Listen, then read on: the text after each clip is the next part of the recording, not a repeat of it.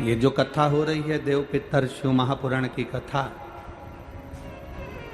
वो भी पितृपक्ष में जो चल रही है, ये जीवन का एक सुख देने वाली, जीवन का एक आनंद देने वाली, एक रसतत्व प्रदान करने वाली, जिसने दिल से सुन ली, उसके पूर्वज, उसके पितर पिंड का दान लेने के लिए भी दरवाजे पर नहीं आते और वो देवलोक को चले जाते हैं, भगवान शिव के धाम को चले जाते हैं।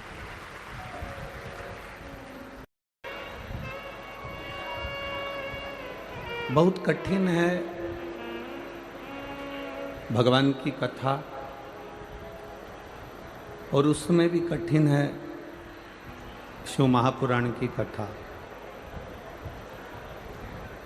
बस एक निवेदन है आप सभी से, 100 रुपए का 50 रुपए का पेट्रोल खर्च कर कर आप यहाँ तक पहुँचे हो। बोलो सही है कि गलत है? बोलो तो सही है ना? 2-3 घंटे पहले कथा के पंडाल में पहुँचे हो। आवाज़ नहीं आ रही उधर, आवाज़ें खोलो, आवाज़ खोलिए। 2-3 घंटे पहले कथा के पंडाल में पहुंचे हो और बड़ी मेहनत कर कर जगह संभाली है, तो इस कथा को इधर से सुनकर इधर मत जाने देना, पूरी की पूरी बांध कर लेकर जाना, जिससे तुम्हारी जिंदगी सार्थक हो सके।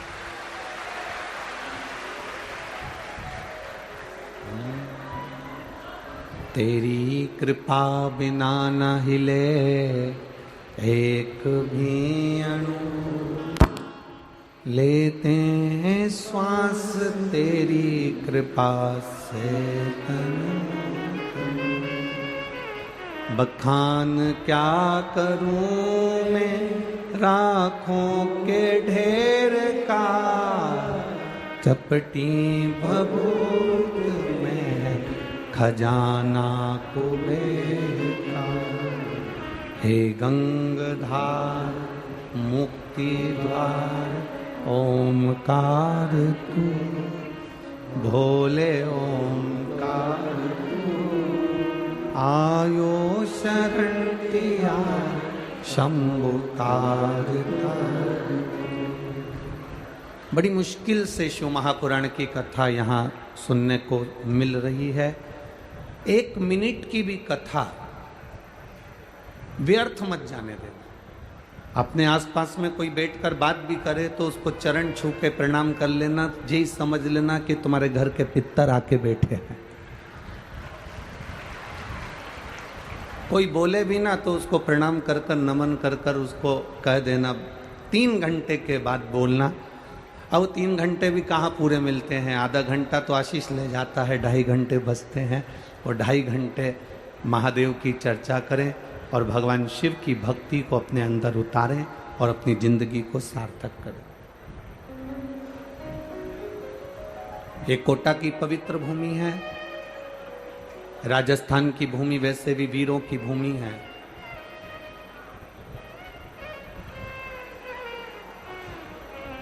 एक निवेदन के साथ में इस कथा को प्रारंभ कर रहे हैं। महाराणा प्रताप ने, श्री महाराणा प्रताप जी ने घास की रोटी खाकर अपने सनातन धर्म की रक्षा करी थी। जब वो घास की रोटी खाकर अपने सनातन धर्म को बचा सकते हैं, तो तुम गाय को घास खिलाकर गाय बचा सकते हो, यह निश्चित है।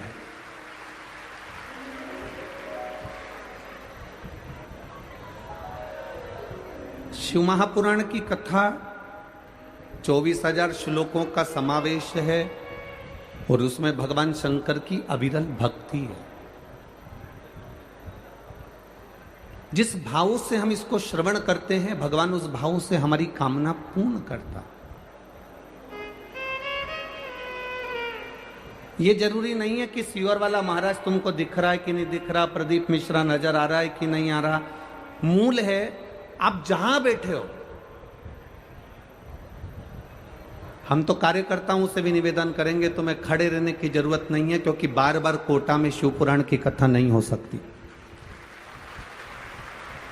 आपको जहां जगह मिले वहां बैठकर शिव महापुराण की कथा को सुनो और झोली पसार कर प्रणाम कर कर सुनना। ये इतने पत्र यहाँ जो आए हैं ये तो पहले दिन के पत्र हैं, अभी 4 दिन बाकी है। इन पत्रों में आपका विश्वास लिखा हुआ है कि भोले बाबा ने आपको क्या क्या दिया है।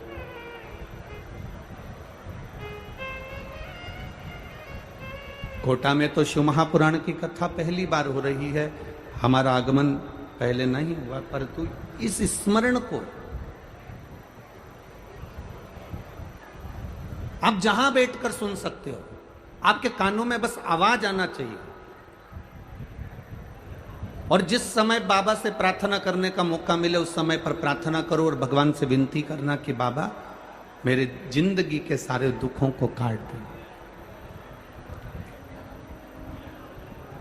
लोग कहते हैं कि 3 महीने में शिव महापुराण की कथा का रस तत्व का जो फल है वो प्राप्त होता है। पर एक विश्वास कहता है आप लोगों ने अगर दिल से सुन ली तो मेरा भोला बाबा 3 महीने तो जाने दो, आज कथा सुनोगे और कल निर्णय देने के लिए तैयार बैठा रहता है। आप इसको भरोसे से सुनो। शंभु शरणे मांगू घड़ी रे, दुख काटो दया करीने दर्शन। भगवान शिव की कथा कहती है अपनी दृढ़ता को जितना प्रबल करोगे, अपने विश्वास को जितना दृढ़ करोगे, उतना परमात्मा के करीब पहुंचते जाओ, उतने भगवान के नजदीक पहुंचते जाओ।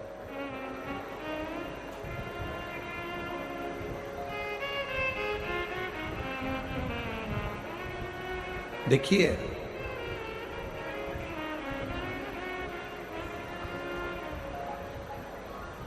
एक बड़े बनने का और एक छोटे बनने का बहुत अंतर है। भगवान नारायण, भगवान विष्णु बैकुंठ का निवास करते हैं और बैकुंठ पर शेषनाग की सैया पर विराजमान रहते हैं। भगवान ब्रह्मा कमल के पुष्प के ऊपर विराजमान रहते हैं।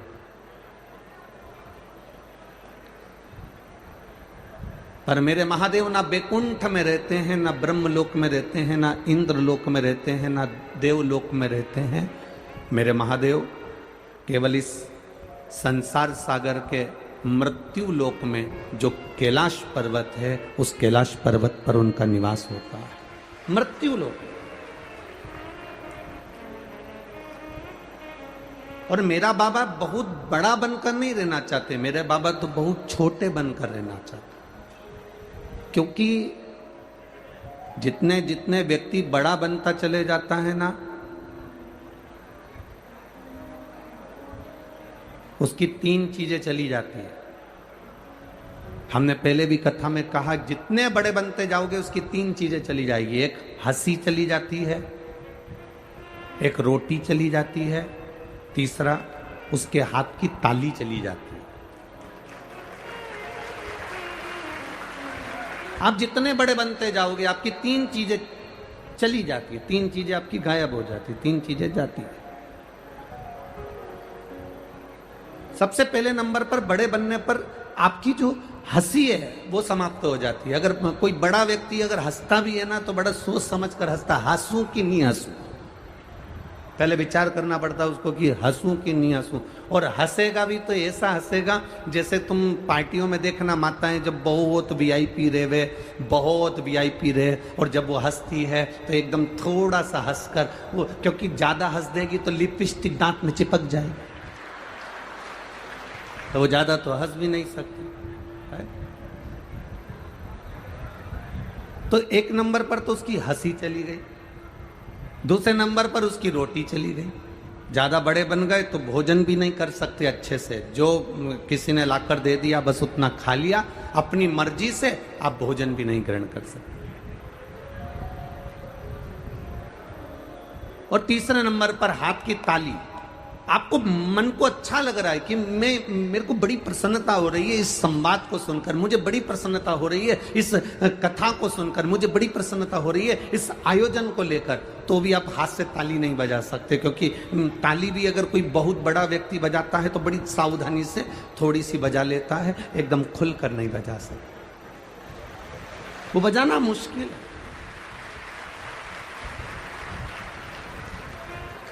बड़ा व्यक्ति 2000 के नोट की तरह होता है और छोटा व्यक्ति 1, 2, 5, 10 रुपए की चिल्लर जैसा होता है। अब तुम ईमानदारी से बताना, 2000 का नोट ज्यादा काम आता है कि चिल्लर ज्यादा काम आती है? जम के तो बोलो रे कोटा वालों जरा, चिल्लर ज्यादा काम आती है ना। चिल्लर गरीब के कटोरे से लेकर सेठ की काउंटर तक रहती है, जन्म से लेकर मरण तक चिल्लर रहती है। लोग मुर्दे पर भी फेंक देते हैं। एक छोटे से छोटे काम से लेकर बड़ी से बड़ी फैक्ट्री तक चिल्लर रहती है। और कोई 2000 के नोट से पूछे क्यों रे 2000 के नोट तू कैसा है, तो वो कहेगा जिस दिन से बैंक से निकला था पहले तो लोगों की जेब में गया, फिर अटैची में बंद हो गया, अटैची से बोरी में बंद हो गया, बोरी से बंद होकर फिर वापिस अटैची में आया, अटैची से निकलकर अब मैं इस कतार पर आ गया कि बंद होने वाला हूं, मेरी कोई भाव नहीं बचा। ज्यादा बड़े हो जाओगे, ज्यादा बड़े बन जाओगे तो तुम्हें कैद रहना पड़ेगा, बंद रहना पड़ेगा, संभल कर रहना पड़ेगा। और चिल्लर का काम क्या? छोटे से छोटा व्यक्ति, गरीबड़े से गरीबड़ा व्यक्ति, साधारण से साधारण व्यक्ति अपने आनंद में जीता, अपने खुशी में जीता, अपने सुख में जीता।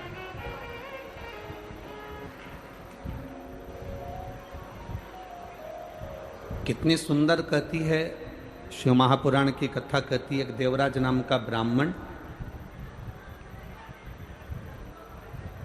वो देवराज नाम का ब्राह्मण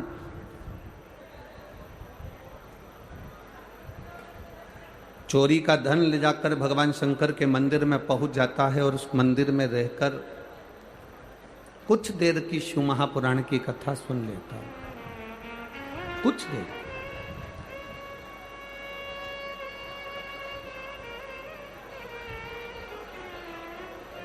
शिव महापुराण में तो कहा गया कि उसने सुनी भी कथा तो कितनी देर की सुनी, मात्र कुछ क्षण की।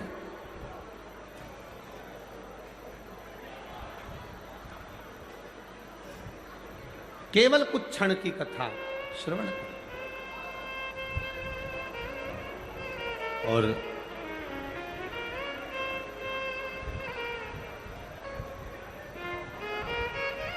जब शिव महापुराण की कथा सुन रहा था तब शरीर में ताप पड़ रहा था।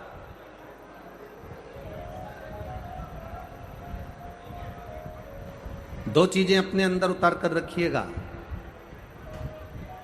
शरीर में अगर ताप बढ़ता है, शरीर में बुखार बढ़ता है, शरीर में कष्ट बढ़ता है, तो भोजन छूट जाता है।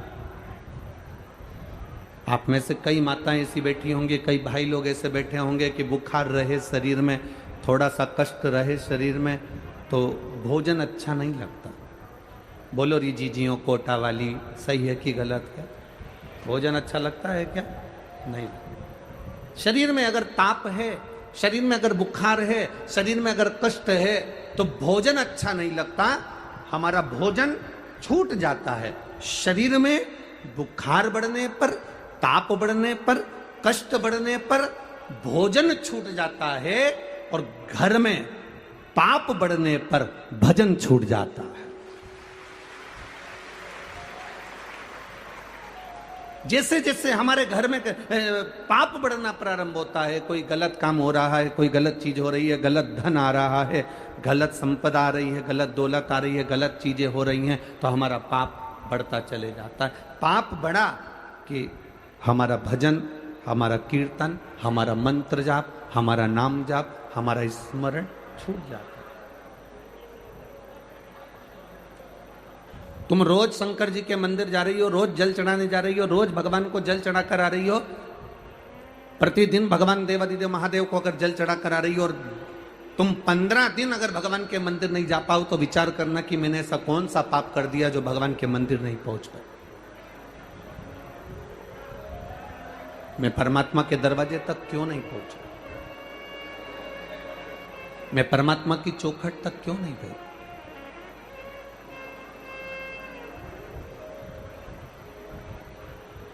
आप रोज रोज अगर मंदिर तक जा रहे हो, तो ये झोली खाली नहीं जाएगी, ये भरा कर चली जाएगी। दिल से सुन लो।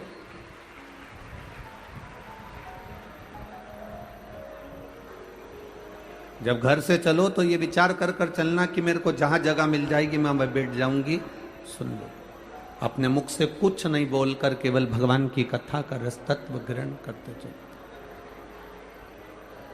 शंभु शरणे पड़ी मांगू घड़ी रे घड़ी, दुख काटो दया करी दर्शन, दया करी दर्शन। दिल से सुनो इसको। आप जितने भावों से सुन लोगे उतने भाव से परमात्मा दे दे। देवराज ब्राह्मण चोरी का धन लेकर शिवालय तक पहुंच गए। अब आप कहोगे कि गुरुजी ये तो चोर था, चोरी का धन लेकर शंकर जी के मंदिर पहुंचा था, ये अच्छी बात थोड़ी ना है कि चोरी का धन लेकर शिव जी के मंदिर में जाना। चोरी का धन लेकर भगवान के मंदिर में पहुंचना ये अच्छी बात थोड़ी ना। हम एक बात कहना चाहेंगे आपसे,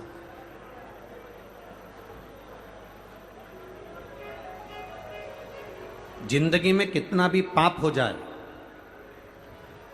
जिंदगी में कितना भी आपने झूठ बोल लिया, जिंदगी में आपने कितना भी अपशब्द कह लिया, मनुष्य की देह में आने के बाद आपने कितना भी पाप करा हो, कितना भी झूठ बोला हो, कितना भी छल करा हो, और शिव महापुराण की कथा कहती है इतना जरूर स्मरण रखना, इस शरीर से कितना भी पाप हो जाए पर भगवान का दरवाजा कभी मत छोड़ना, उसके दरवाजे पर जाते रहो।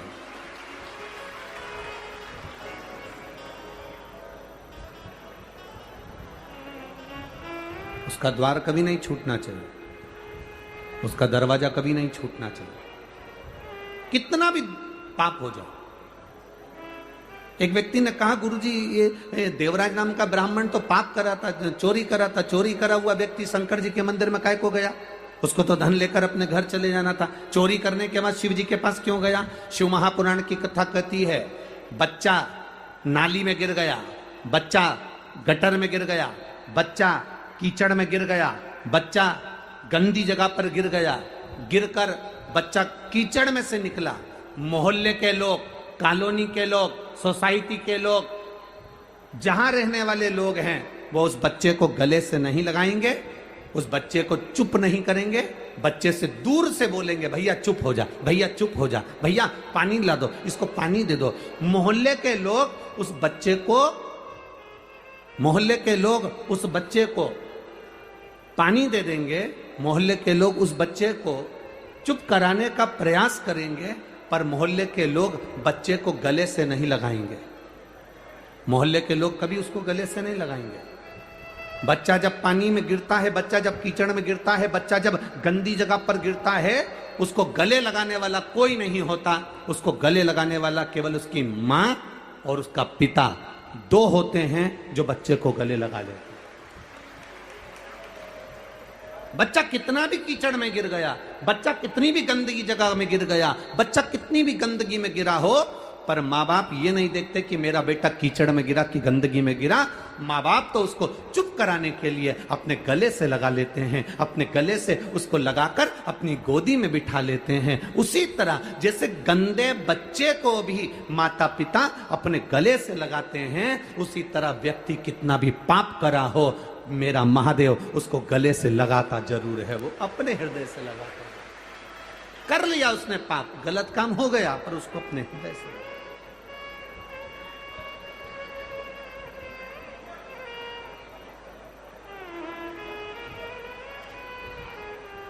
मैंने तेरे ही भरोसे, ओ बाबा तेरे ही भरोसे, हवा बिच उड़ती जावानी, बाबा डोर हत्तो छड़ी कटी जावानी, भोले मैं तेरी पतंग, शंभो मैं। हम कितने भी पाप कर्म कर बैठे हो, हम कितना भी झूठ बोल बैठे हो, हम कितना भी गलत कर्म कर बैठे हो, पर महादेव के मंदिर में एक लोटा जल जब हम लेकर पहुंचते हैं, देवाधिदेव महादेव के मंदिर में शंकर जी को एक लोटा जल जब हम धीरे धीरे दिल से बाबा का गुणगान कर कर समर्पित करते हैं, बाबा जान जाता है कि ये पापी है, झूठा है, छली है, कैसा भी है, पर मेरा बेटा है, इसलिए मेरे दरवाजे पर आया है, मुझे गले लगाना।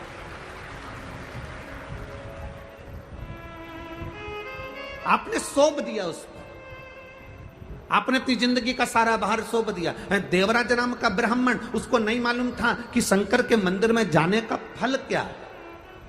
शिव महापुराण की कथा कहती है, शिवजी के मंदिर के सामने से निकलकर जाने का भी फल प्राप्त होता है। 1000 अश्वमेध यज्ञ के बराबर शंकर की चौखट के सामने से निकलकर जाने का फल मिल जाता है।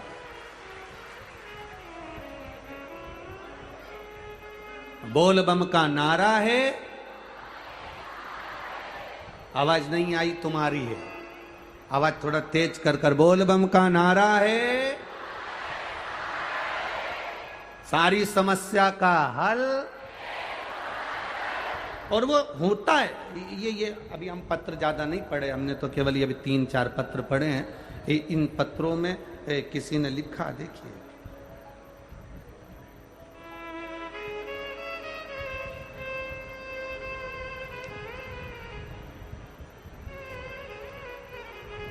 जिला कोटा, तहसील रामगंज मंडी, नाम लता तिवारी, गांव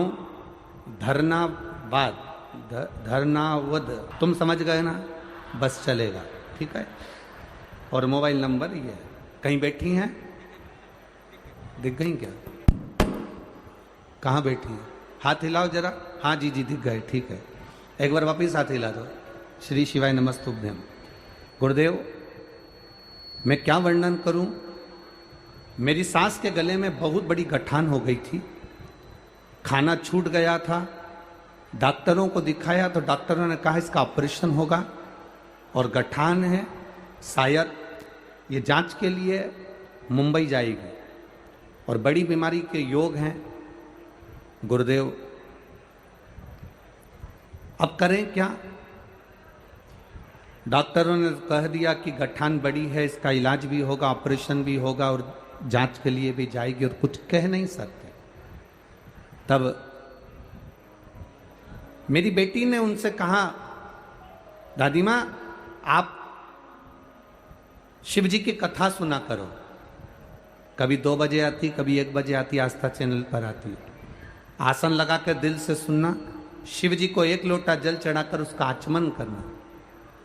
दादी कैसे जाए, शरीर का कष्ट था, जाना आना बड़ा मुश्किल था। खाना तो बहुत पहले से छूट गया था कि खाना भी नहीं खा सकती थी गठान के कारण। बेटी शंकर जी के मंदिर जाती, जल चढ़ाकर कटोरी में पानी झेलकर अपने लाकर देती। मैं बाबा का क्या वर्णन करूं गुरुदेव।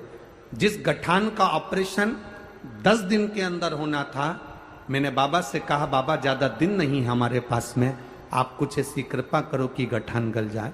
जिसका ऑपरेशन 10 दिन के अंदर होना था, बाबा की कृपा से शिवजी पे चढ़े हुए जल को पीकर 10 दिन के अंदर गठान गल गई गुरुदेव। और मैं बाबा को यहां प्रणाम करने के लिए आया।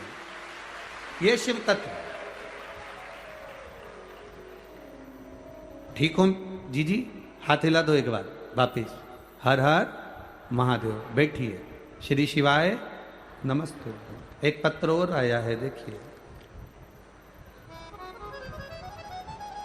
मैं यशोदा राठौर, निवासी भेस रोड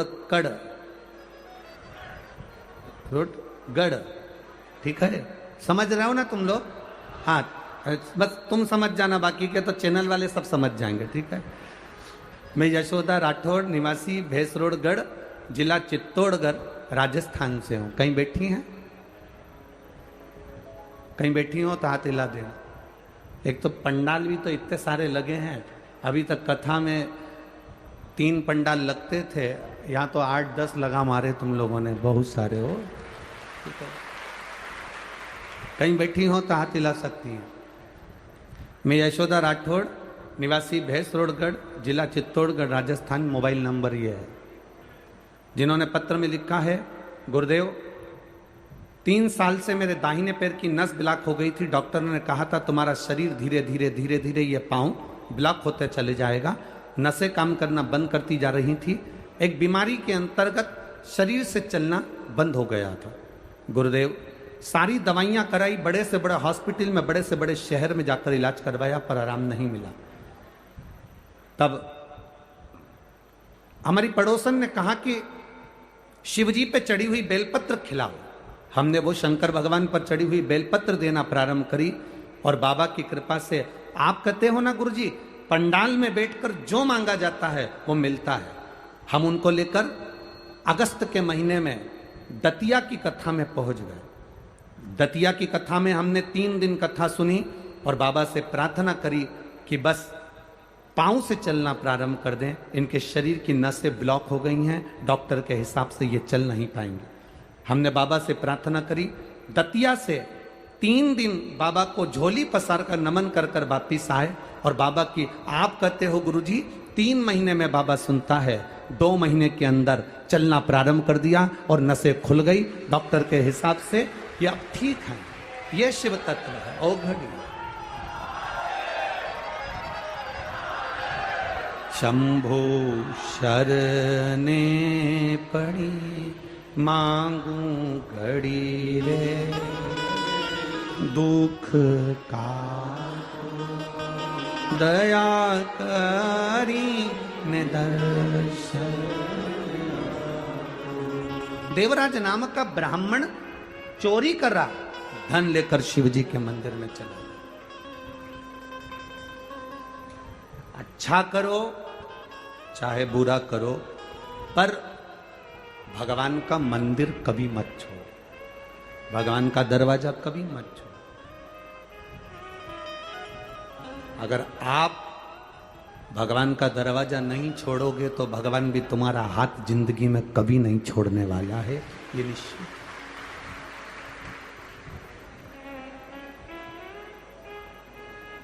शिक्षा और परीक्षा ये दोनों अलग अलग है। ये कोटा की जो नगरी है, ये तो वैसे भी एजुकेशन में, विद्या में, पढ़ाई में आगे रही है। यहाँ पर पूरी दुनिया के बच्चे कोटा में कोचिंग करने के लिए आते हैं। यहाँ शिक्षा का केंद्र बिंदु है। मेरा एक निवेदन इस शिक्षा विद्याध्ययन करने वालों के लिए भी, शिक्षा और परीक्षा दोनों अलग अलग पहलू हैं।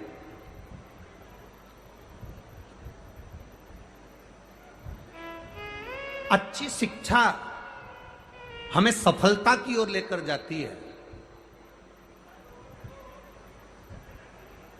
आप जितनी अच्छी कोचिंग कर रहे हो, जितनी अच्छी पढ़ाई कर रहे हो, अच्छी शिक्षा हमें सफलता की ओर लेकर जाती है। शिक्षा सफलता देती है और परीक्षा, टेस्ट, इंटरव्यू ये हमको नीचे गिरना नहीं सिखाते। ये परीक्षा, टेस्ट, इंटरव्यू ये हमें बल प्रदान करते हैं कि तुम्हें दुनिया से लड़ने की सामर्थ्यता कैसी होना चाहिए। शिक्षा सफलता देती है, परीक्षा बल देती है।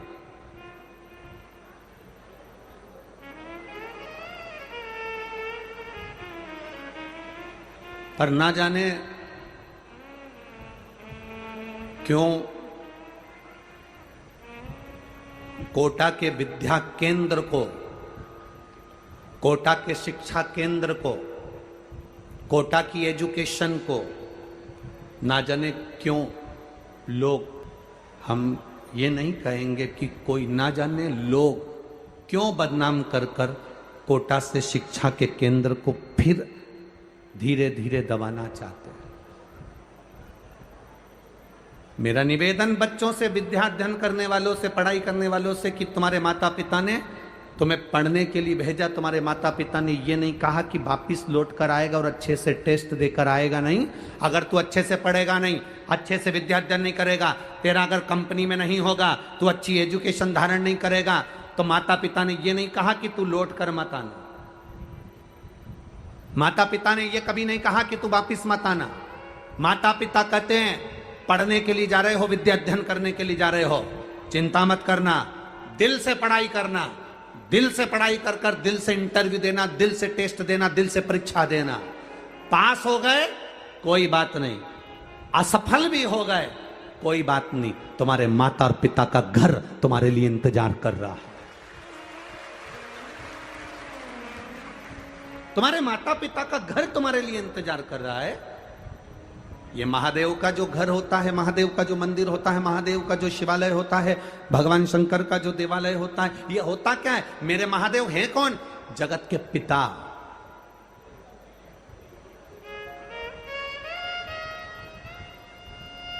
शिव महापुराण की विद्येश्वर संहिता में लिखा है, ब्रह्मा और विष्णु जी ने मिलकर मंथन करा। भगवान ब्रह्मा जी ने पूछ लिया था भगवान नारायण से, तुम्हारे पिता कौन है, तुम्हारे पिता हैं कौन? तब भगवान विष्णु के मुख से निकल गया था, शंकर मेरे पिता हैं, देवादिदेव महादेव मेरे पिता हैं। ये भगवान विष्णु के मुख से निकल गया तो ब्रह्मा जी को तो हंसी आ गई। ब्रह्मा जी ठाका लगाकर हंसने लगे। भगवान शंकर तुम्हारे पिता, वो शंकर जो शमशान में निवास करते हैं, वो शंकर जिनके गले में सर्प पड़े रहते हैं, वो शंकर जो खुले में रहते हैं, वो शंकर जिनका कोई घर भी नहीं है, वो शंकर जो भस्मी लपेटते हैं, वो तुम्हारे पिता है? वो तुम्हारे पिता है? भगवान नारायण ने कहा हां, वो मेरे पिता हैं। देव अधिदेव महादेव मेरे पिता हैं, ये मुझे गर्व है। तो भगवान ब्रह्मा जी ने पूछा इसमें गर्व की कौन सी बात है? तो भगवान विष्णु ने कहा पिता होता ही ऐसा है। एक पिता को देखना, पुरानी शर्ट पहन लेगा, पुरानी पैंट पहन लेगा, बनियान अंदर से फट रही होती है और बच्चे को जीन्स और टी शर्ट पहनाकर स्कूल भेज देगा। पिता में और बच्चे में अंतर है।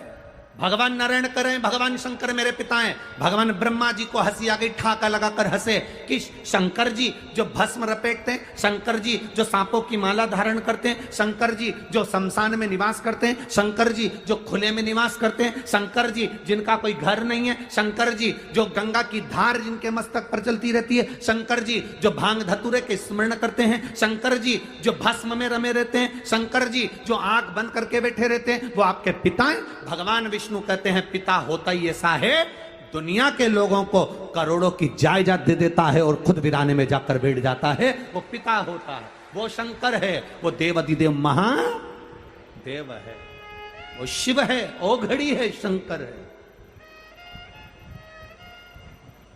दुनिया को सुख देता है, स्वयं वीराने में रहता है। आप इतने आए हो लाखों की संख्या में, यहां से जाते समय अगर कोई गिनती कर सके तो करना। कथा के पहले दिन आप लोग लाखों की संख्या में आए हो, दूसरे दिन की चिंता बढ़ गई है, माननीय विधायक महोदय जी की भी और ओम बिरला जी की भी।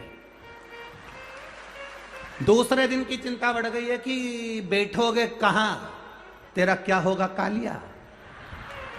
चिंता व्यापार है, तो कहां कहां बैठोगे, कहां, जरा विचार करिए, किस जगह पर विराजोगे। और जितने तुम अंदर भरे हो ना इस ग्राउंड में, उससे आधे बाहर पेड़ों के नीचे रोडों पर बैठे हुए हैं, जहां जहां आवाज जा रही है लोगों के पास, जहां तक आवाज पहुंच रही है वहां आधे वहां भी हैं, गाड़ियों के पास, ग्राउंड के पास।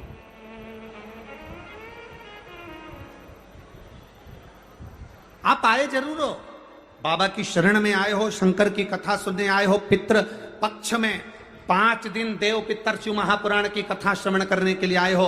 आप आए जरूर हो, पर इतना स्मरण करना, इतना ध्यान रखना कि तुम अकेले नहीं आए हो, कथा सुनने के लिए तुम अकेले नहीं पहुंचे हो। पितृ पक्ष में पितरों के देवता आर्यमा अपने घर के पितरों को पृथ्वी पर भेजते हैं। जब हम शिव महापुराण की कथा सुनने जाते हैं तो हमारे घर के अपनी दरवाजे की देहली के पितर भी कथा सुनने के लिए पंडाल में आते हैं, वो भी कथा सुनने।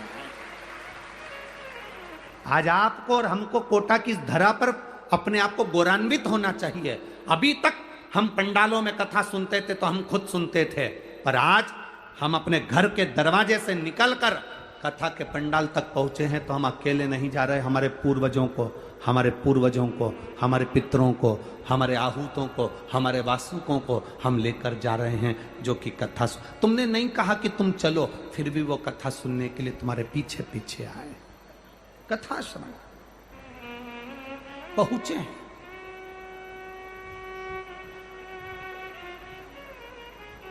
देवराज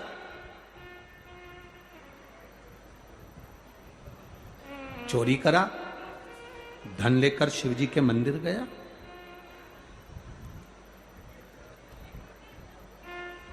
मंदिर से बाहर निकला, मंदिर में बार बार लोग चिल्लाकर कह रहे थे हर हर महादेव। तो देवराज को गुस्सा आ रहा था, क्रोध आ रहा था, देवराज का मन चिढ़ रहा था। कई लोग ऐसे हैं जिनको सनातन धर्म अच्छा लगता है, उनको कोटा में शिव महापुराण अच्छी लगेगी। जिनको सनातन धर्म से नफरत है उनको शिव पुराण में भी कहीं ना कहीं ऐब नजर आए।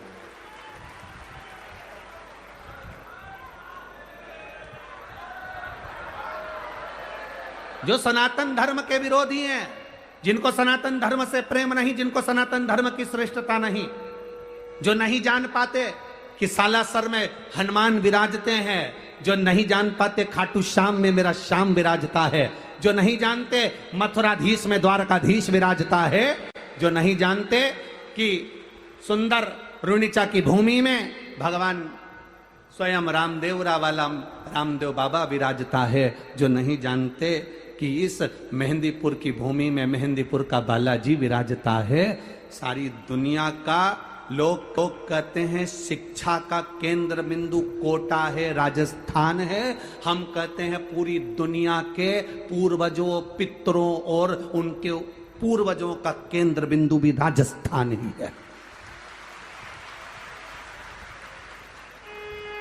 केंद्र बिंदु ये एक शब्द नहीं बोलते। कोई पानी की टंकी दान कर देता है तो वहां लिखा रहता है भामाशाह। बोलो बोलो, सही है कि गलत है? अरे जम के तो बोलो रे कोटा वालों, सही है।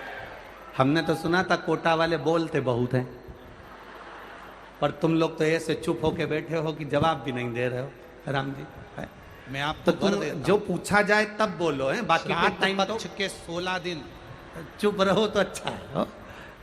तो लोग लिखते थे, कोई ने पानी की टंकी दान करी तो के भामाशा, कोई ने साइकिल दान करी तो के भामाशा। भामाशा का मतलब मालूम है तुम लोगों को? पितृदोष के कौन था भामाशा? सबसे प्रबल है महाराणा प्रताप।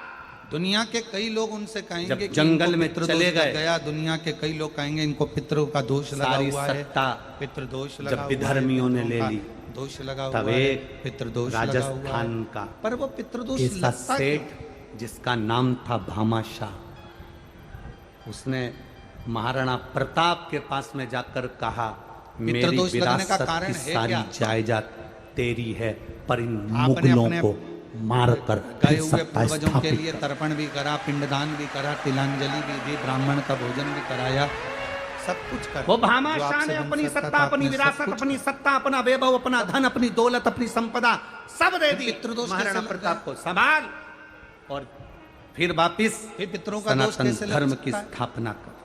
तो पितरों ने तुरंत भगवान देवादिदेव महादेव से कहा कि संसार सागर में माता पिता के रहते हुए, जरा विचार करना, जरा उन्होंने तो अपनी पूरी प्रॉपर्टी दे दी थी, तुम अगर कहीं का आ जाए तो अपनी बैठने की जगह नहीं दो। माता पिता को जब प्यास लगी उस समय पर जल, अगर कहीं का आ भी जाए ना और बाजू में आकर के जी जी थोड़ा सा खसक, जी जी प्लीज, पूर्वजों के आदर से वंचित रह जाना, फिर माता पिता के चले जाने के बाद, बुजुर्गों के चले जाने के बाद वो दोष बैठी थी किसी में और फैल गई, ले दोष की संज्ञा में।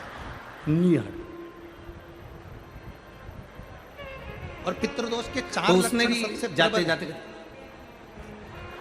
अब इतने में तो ये कोई भी अनुभव कर सकता क्या है। बोलिए? पितृदोष के 4 लक्षण में पहला लक्षण है शिव पुराण तो धरी रह गई, महाभारत समझ लेना पितरों का दोष है।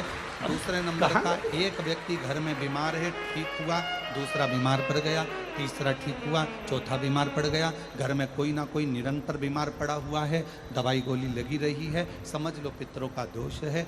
तीसरे नंबर पर आप कोई पूजन शिव कथा कह रही है, किसी को भोजन देने जा रहे थे, किसी को पानी देने जा रहे थे, शिव महापुराण की भोजन का कोई नाश्ता देने जा रहे थे, और आपकी ट्रे में से, पर शंकर जी के चरणों में पहुंच गया, कैसे होगा? भरा हुआ शंकर के द्वार जाओ, पानी का गिर गया, नाश्ते का गिर गया, कितना भी गलत काम करा हो तो भी शंकर के द्वार, कोई सामग्री गिर गई, कोई पूजन की थाली तुम्हारे हाथ में है और पूजन की थाली दुनिया के लोग हंसे तो भी शंकर के द्वार नीचे, समझ लो कि पितर का दोष है। जल चढ़ाने जाओ तो लोग ताना दे तो भी शंकर के दरवाजे जाओ। और चौथे नंबर पर पितरों का दोष का वर्णन किया गया, घर में जितने सदस्य रह रहे हैं, क्या अगर वो किसी रूप में एक दूसरे पर चिढ़कर बोल रहे हैं, क्रोध कर कर बोल रहे हैं, कुछ प्रश्न बहुत छोटा सा, भगवान पत्नी ने कुछ कहा, छोड़ना, मीराबाई ने चिढ़कर दिया, पति ने कुछ कहा, तुम्हारी मोहल्ले ने चिढ़कर उत्तर दिया, बच्चों ने कुछ कहा, माँ बाप ने चिढ़कर उत्तर दिया, माँ बाप कुछ बोले, बच्चे चिढ़कर उत्तर दिए, समझ लेना कहीं ना कहीं पितरों का दोष।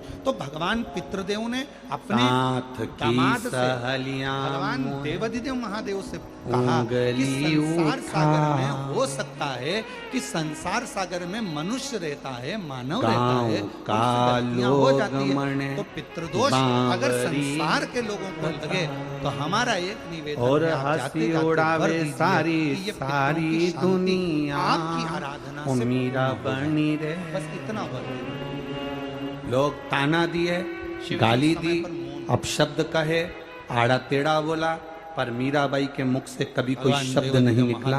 मीराबाई जानती थी इनसे मुख मिलाऊंगी उतनी देर प्रभु का गुणगान गाऊंगी तो उस परमात्मा के करीब चली जाऊंगी।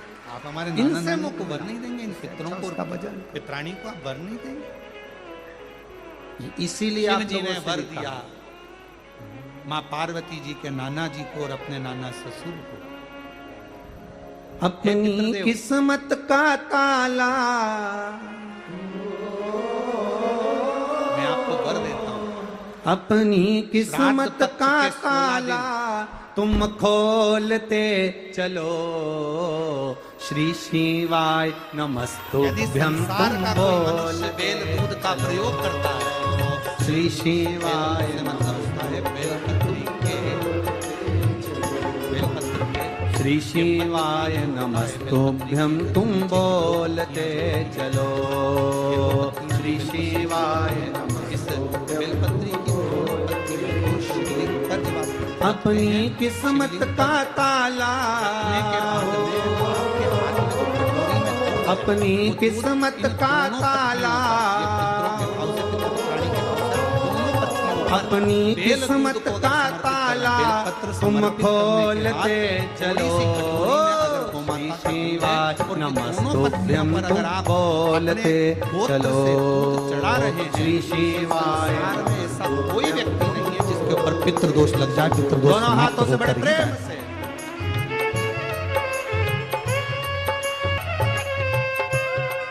शिवलिंग पर बेलपत्र चढ़ाई। बेलपत्र चढ़ाकर के नीचे की जो पत्ती है, आपका जो दूध का भाग है वो 2 पत्ती पर चढ़ना चाहिए, तीसरी पत्ती पर जल का भाग है। 2 पत्ती पर आपका दूध का भाग है। और जब बेल दूध का प्रयोग आप करते हैं और दूध बाबा को 16 दिन श्राद्ध के अगर कोई कह दे कि आपके घर में पितृदोष है, ये दोष है, वो दोष है, सारे दोष आपके यहाँ लग गए हैं। और आपके यहाँ ये 4 लक्षण अगर पितृदोष के दिख रहे हैं जो पहले कथा में वर्णित किए, अगर ये लक्षण दिख रहे हैं तो श्राद्ध पक्ष के 16 दिन पहले दिन से आप चालू हो जाओ। बेलपत्री शिव जी को चढ़ाया, कटोरी में या चम्मच में 2 बूंद का भी अगर दूध लेकर गए हो, थोड़ा सा भी, बस 2 पत्ती पर आपने दूध समर्पित करा और 1 लोटा जल जो तीसरे नंबर की पत्ती है उस पर समर्पित करा। आपको 16 दिन करने के बाद आपको खुद अनुभव होगा 17वें और 18वें दिन से कि मेरे घर में ऐसा लग रहा है कि सब शांति है और कोई किसी से चिढ़कर बात नहीं कर रहा, लक्ष्मी की वृद्धि अपने आप होना। ऐसा है। और यहाँ तक श्री महापुराण की कथा कहती है किसी की फैक्ट्री बंद हो गई, किसी की दुकान बंद हो गई, चलते चलते अगर किसी का व्यापार बंद हो गया, 4 दिन चल रहा था, बहुत अच्छा चला, उसके बाद एकदम डाउन आ गया, कोई प्रशासनिक कार्रवाई हो गई, कोई अदालती कार्रवाई हो गई, कोई परेशानी सामने आकर खड़ी हो गई है, तो भी अगर 16 दिन तक न बड़ा मुश्किल है समझाना, बड़ा मुश्किल है तो आखिर वो दर्द दिल है, आखिर वो समझाना बड़ा मुश्किल है, समझाना बड़ा मुश्किल है, आखिर वो दर्द दिल है, आखिर वो सच्चा दरबार लगा है, ये भोले की महफिल है, सच्चा दरबार, सच्चा दरबार लगा है, ये भोले की महफिल है, सच्चा दरबार लगा है। इस संसार में रहने वाला मानव इन्हों को डमरू वाले का। मित्रों, पूज्य गुरु जी का उपाय अच्छा लगा हो तो वीडियो को लाइक करें, शेयर करें, कमेंट करें और चैनल पर पहली बार आए तो चैनल को सब्सक्राइब करने के बाद बेल आइकन दबा दें ताकि आने वाली वीडियो की नोटिफिकेशन आपको तुरंत मिल जाए। वीडियो देखने के लिए धन्यवाद। श्री शिवाय नमस्तुभ्यं। हर हर महादेव, हर घर महादेव। वो काशी रहने वो काशी रहने वाला भोलानाथ चाहिए, वो काशी रहने वाला भोलानाथ चाहिए। अपनी किस्मत का ताला, अपनी किस्मत का ताला, अपनी किस्मत का ताला तुम खोलते चलो। श्री शिवा नमस्तुभ्यं तुम बोलते चलो। श्री शिवा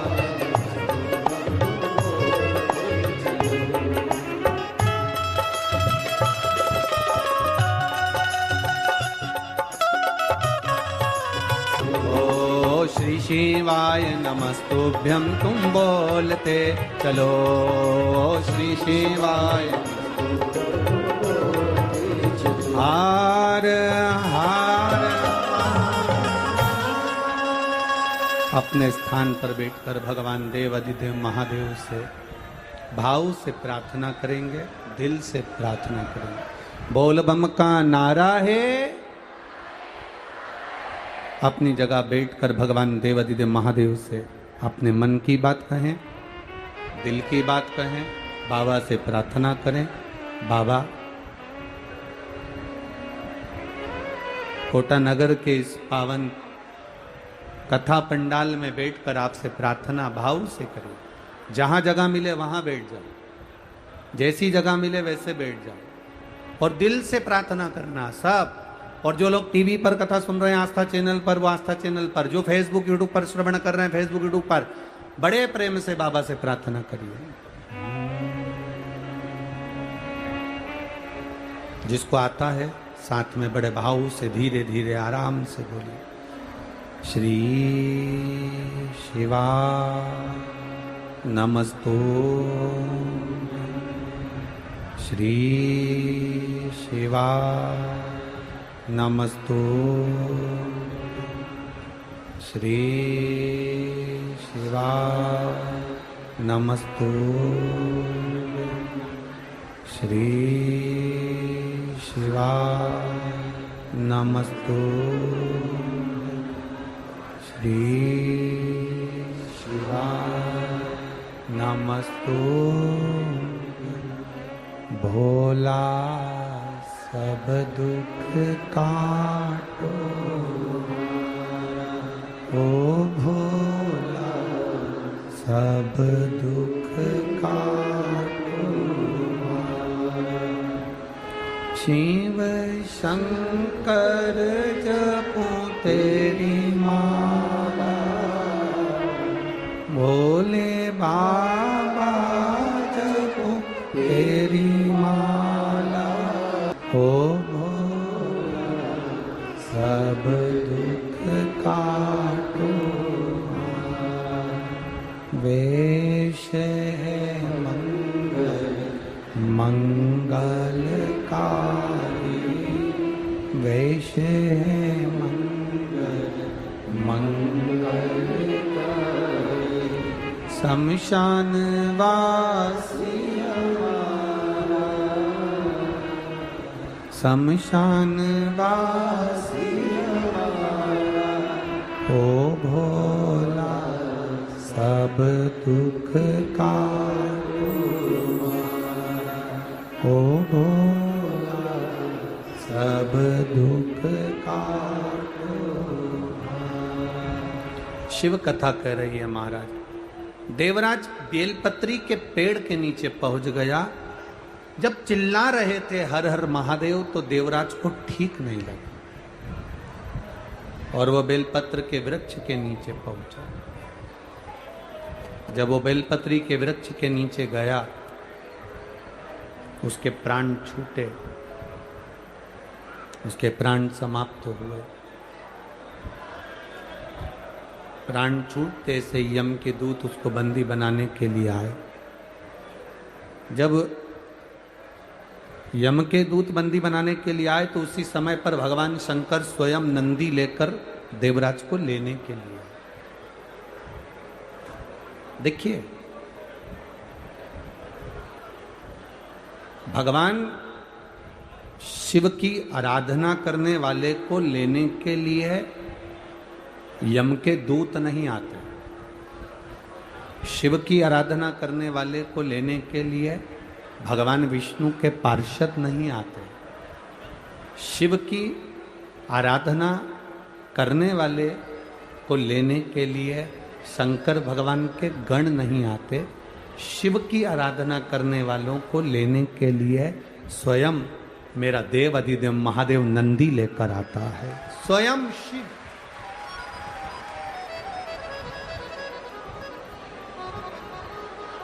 स्वयं मेरा शंकर आता, स्वयं।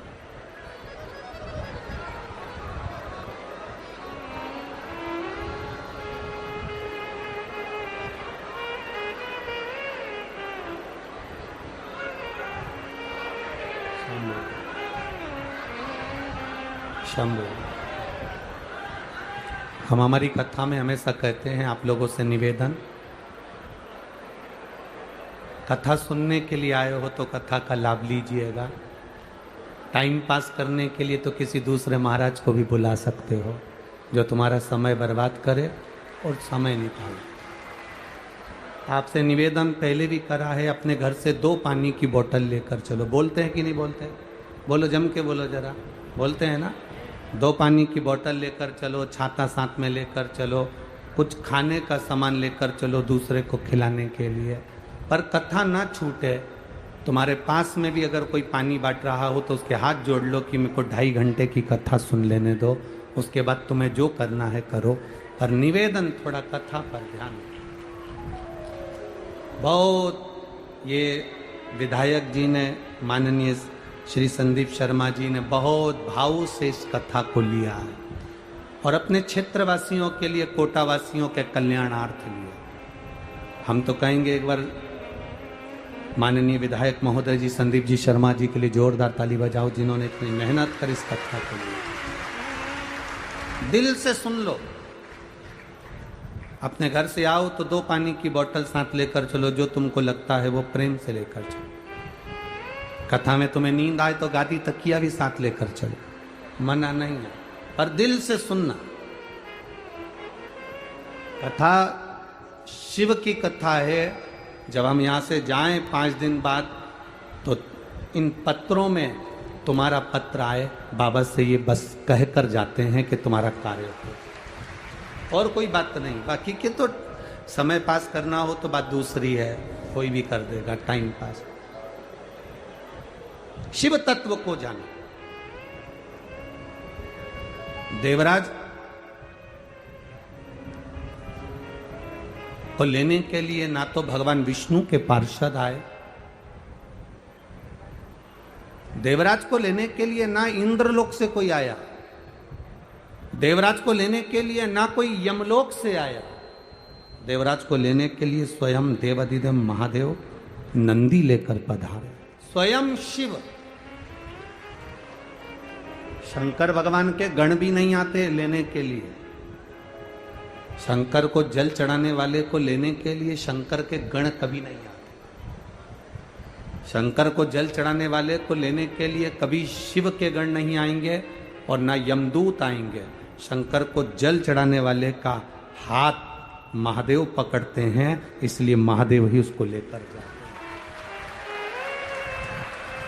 अकाल मृत्यु वो मरे जो काम करे चंडाल का, काल उसका क्या बिगाड़े जो भक्त हो महाकाल का। जो शिव की आराधना करने वाला होता है उसका बाल बांका संसार का कोई मनुष्य नहीं कर सकता। बस अपनी मति शिव के चरणों में रखना। हमने पहले एक बार कथा में कहा था, आप लोगों के ध्यान में होगा, संत की मति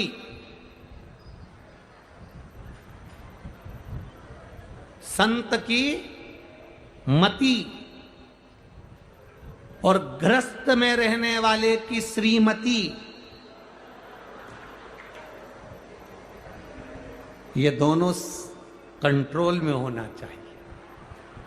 ये जितनी संयम में रहती है उतनी जिंदगी का सुख आपके जीवन में प्राप्त होता है। हम ये नहीं कह रहे कि तुम श्रीमती को दबा कर रखो, वो दबने वाली नहीं है। हमारा तो इतना सा कहना है कि मति और श्रीमती ये दोनों सही जगह सही स्थान पर, बुद्धि कंट्रोल में, अर्थात कोई ऐसा शब्द ना बोला जाए जिससे किसी के हृदय को ठेस पहुंचे, किसी के चित्त को ठेस पहुंचे। मति को भी सही जगह लेकर जाइए। सत्संग में, भजन में, कीर्तन में। कोई बीमार है उसकी सेवा में, कोई कष्ट में है उसके कष्ट को मिटाने के लिए मति को भी सही जगह लेकर जाइए, और अपनी श्रीमती को भी गलत जगह पर नहीं, कहीं इधर उधर गलत जगह पर नहीं, श्रेष्ठ जगह पर लेकर जाइए कि सही जगह वो पहुंचे। देवराज ने 5 मिनट की कुछ क्षण की शिव महापुराण की कथा को सुना था। सुनकर देवराज बेलपत्री के वृक्ष के नीचे चला गया था। वहां उसको याद नहीं रहा कि यह बेलपत्री का वृक्ष है। बेलपत्री की छांव में उसके प्राण छूट गए। बेलपत्री की छांव में उसके प्राण छूट गए।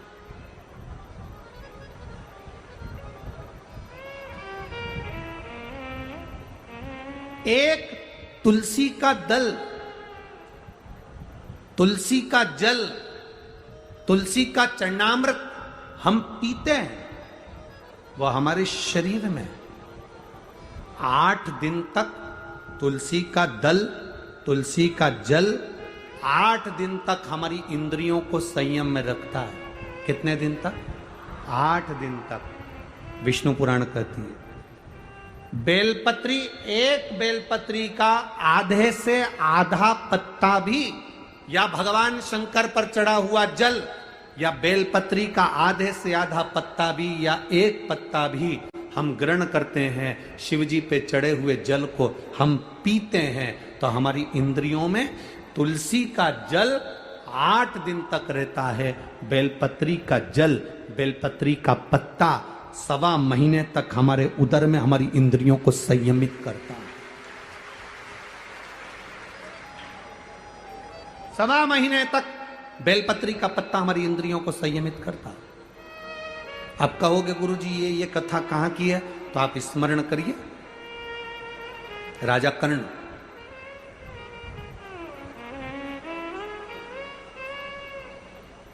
एक खड्डे में उसका रथ का पहिया फंस गया। राजा कर्ण खड्डे में रथ का पहिया फंसा।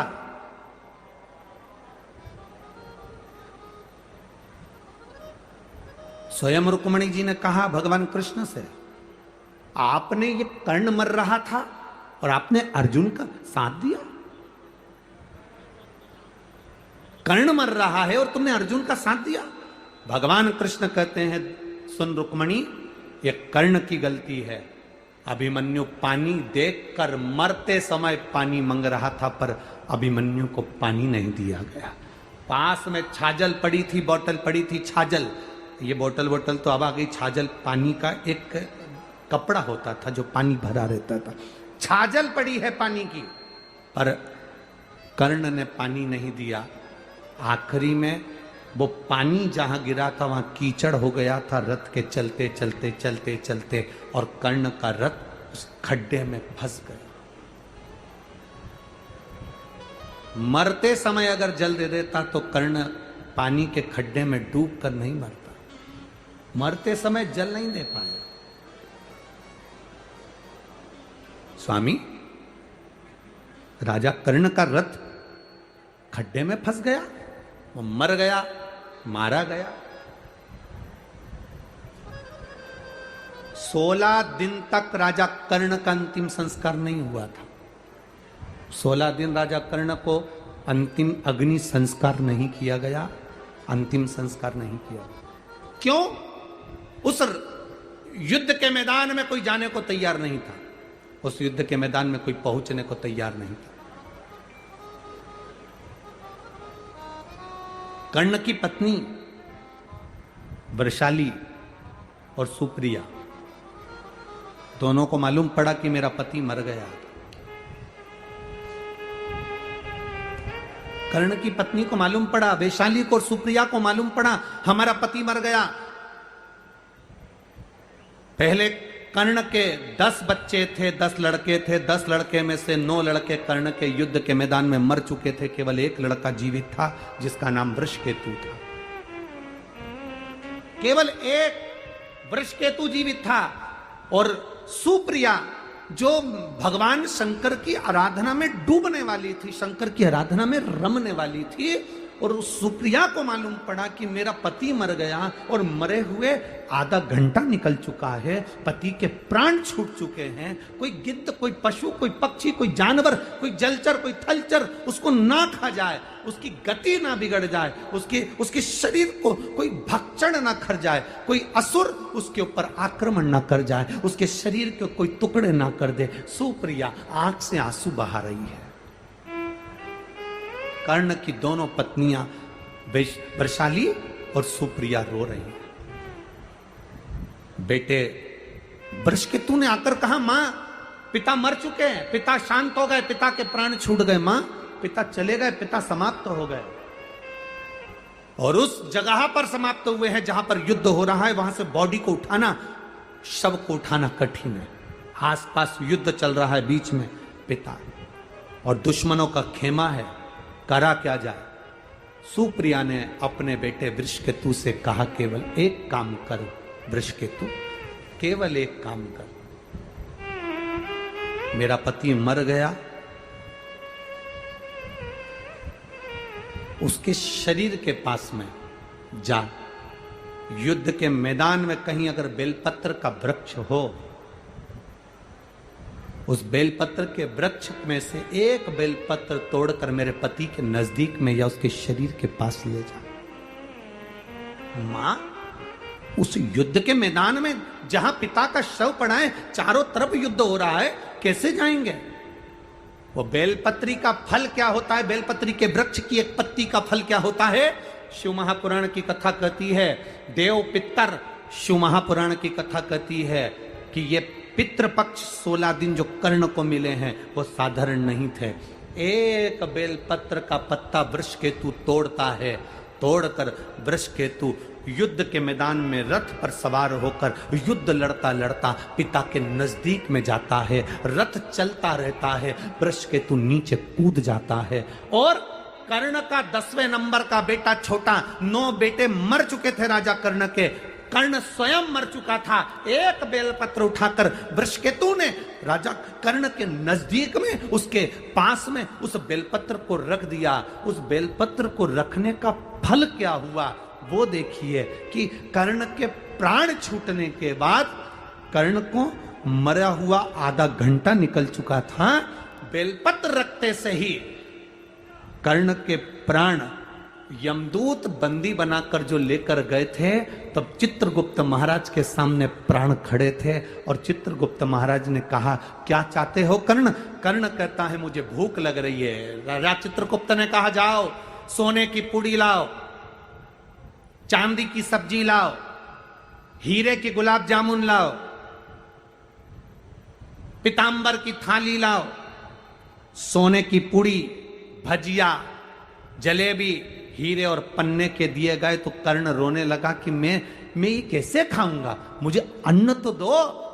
इतने में चित्रगुप्त महाराज ने कहा, तूने मृत्यु लोक में रहकर सबको सोना चांदी हीरा पन्ना दिया, पर कभी अन्न का दान नहीं करा, तो तुझे अन्न मिले तो मिले कैसे, प्राप्त कैसे हो, कैसे मिलेगा? राजा कर्ण ने कहा, अगर मैं भूखा रहूंगा तो अच्छी बात नहीं, आप कृपा कर दो। क्या कृपा?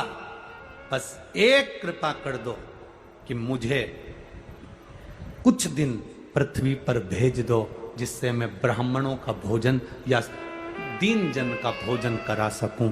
अब तो तुम मर चुके हो, प्राण छूट चुके हैं, मर चुके हो, प्राण छूट चुके हैं। ये अब हो ही नहीं सकती, होनी अनहोनी तो ये तो हो गई जो होना था। इतने में राजा कर्ण ने कहा, मेरी धर्म पत्नी सुप्रिया शंकर की आराधना करती थी, उसका कोई फल नहीं होगा, उसका कोई फल नहीं। चित्रगुप्त महाराज ने कहा, उसका फल अगर होता तो थोड़ी देर में देवाधिदेव महादेव इस यमलोक के नजदीक में होते। शिव नहीं आए। चित्रगुप्त महाराज क्या देख रहे हैं कि सामने से वृषभ ध्वज वृषभ पर चढ़कर, नंदी पर चढ़कर मेरे देव अधिदेव महादेव सामने से आ रहे थे। चित्रगुप्त महाराज पहचान गए कि जरूर इसकी धर्म पत्नी का पुण्य इसके खाते में, धर्म पत्नी का पुण्य इसके खाते में आया है। जैसे ही देवाधिदेव महादेव सामने आए, राजा कर्ण ने हाथ जोड़ा। हाथ जोड़कर राजा कर्ण कहते हैं, बाबा ए मेरे शंभु, ए मेरे त्रिकालदर्शी कैलाशी अविनाशी, मैंने सोना दान करा, हीरे दान करे, पन्ना दान करा, पीतांबर दान करा, अंबर दान करा, मैं अन्न दान नहीं कर पाया। बाबा मैं अन्न नहीं दे पाया। कर्ण रो रहा था, शंकर देख रहे थे। शिवजी देखकर राजा कर्ण से कहते हैं, कर्ण क्यों चिंता करता है? ए बाबू चिंता करने की जरूरत नहीं है। तेरी धर्म पत्नी ने तेरे शव के पास एक बेलपत्र रख दी थी, वो बेलपत्र का फल ये होगा। चित्रगुप्त महाराज, अभी तक इसके प्राण या इसका शरीर समाप्त नहीं हुआ है। एक काम करो, 16 दिन के लिए इसके शरीर को किसी दूसरे का रूप धारण कराकर मृत्यु लोक में भेज दीजिए। वो बेलपत्र का फल ये था, एक बेलपत्र का पुण्य ये था। राजा कर्ण का शरीर वापिस जीवित करा गया। एक शरीर तो पड़ा रहा कर्ण का, और कर्ण दूसरा शरीर धारण कर कर संत ब्राह्मण वृंद जन, गरीब जन, दीन जन सबको भोजन कराते रहे। भोजन कराते कराते कराते कराते लाखों लोगों को कर्ण ने भोजन कराया।